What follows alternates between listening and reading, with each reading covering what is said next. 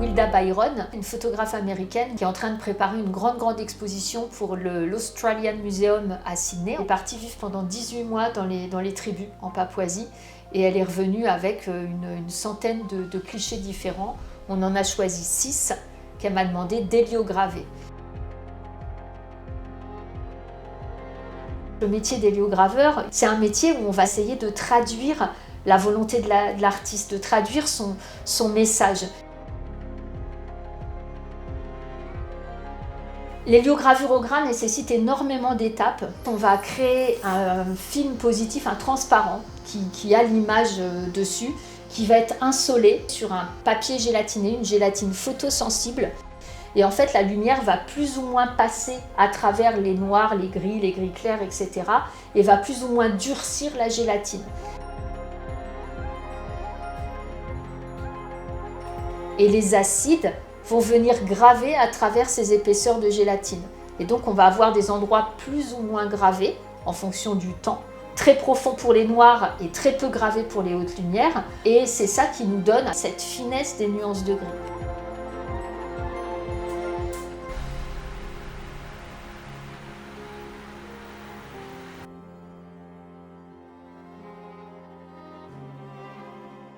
Ok, On y va? on y va. C'est parti.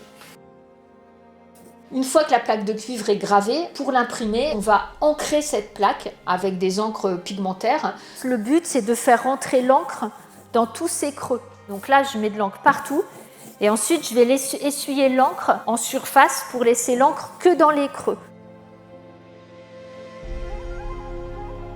Ce qui est beau, c'est ce travail très complice de collaboration où vous adaptez votre geste au plus juste de ce qu'attend le photographe.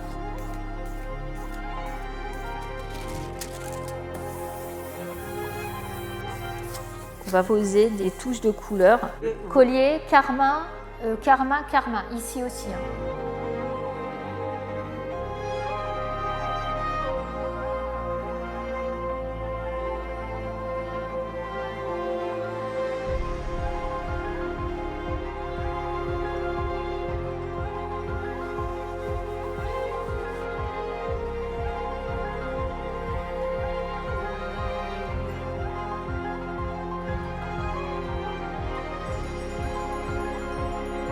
Donc on a des papiers chiffons qui sont très souples, qu'on a humidifiés. On va passer ça sous presse taille 12. C'est 2 rouleaux avec une pression de plusieurs centaines de kilos qui vont venir écraser le papier contre le cuivre. Lorsque la plaque va passer entre les rouleaux, il y a une pression énorme qui va se faire. Et en fait, cette pression va permettre d'aller chercher l'encre au fond des tailles avec les détails les plus subtils possibles.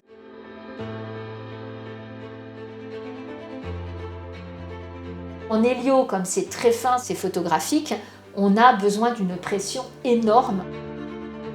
Alors Wilda a une demande très particulière. Elle m'a demandé d'imprimer sur les tapas. Ce sont les tissus des écorces d'arbres qui sont arrachés et qui sont pilés avec des bouts de bâton.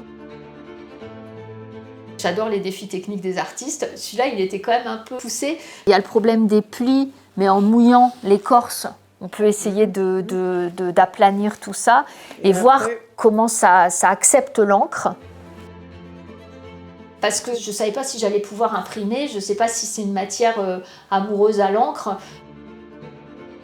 Il a fallu faire pas mal de tests pour savoir comment on mouillait l'écorce.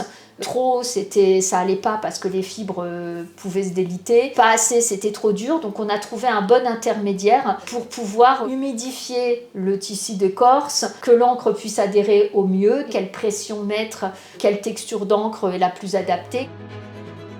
Voir comment on met à sécher, combien de temps. C'est le tissu d'écorce qu'elle gardait depuis 10 ans. C'était un cadeau que lui avait fait la tribu.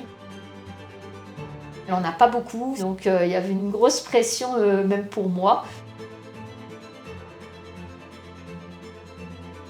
Rater l'impression, c'est détruire la matière, donc elle était très émue et moi aussi j'étais très contente.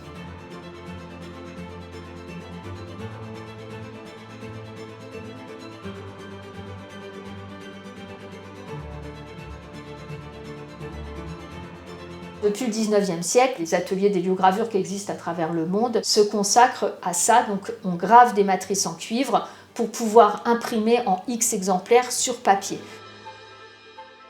À côté de ça, depuis 2020, grâce au soutien de la Fondation Bettencourt-Schweller, quand j'ai obtenu le prix de l'intelligence de la main, j'essaie d'ouvrir la technique de l'héliogravure au grain au milieu du design et de l'architecture d'intérieur.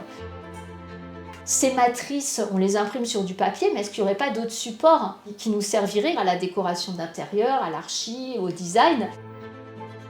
J'ai lancé tout un tas de recherches sur le cuir. Les résultats sont superbes.